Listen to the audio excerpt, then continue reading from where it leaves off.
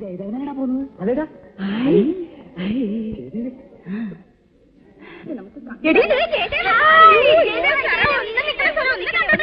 Hello hello.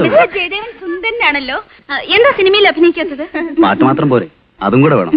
ഇതാണോ mister ജയദേവന്റെ ഭാര്യ? Hello, you are lucky.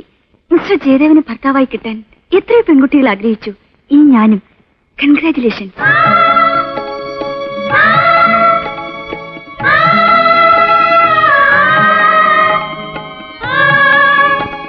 Mister ജയദേവന്റെ ഭാര്യ എന്ന് പറയുന്നത് എന്നൊരു അഭിമാനമല്ലേ?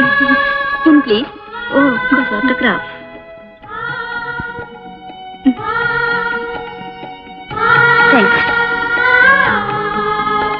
Thank you sir.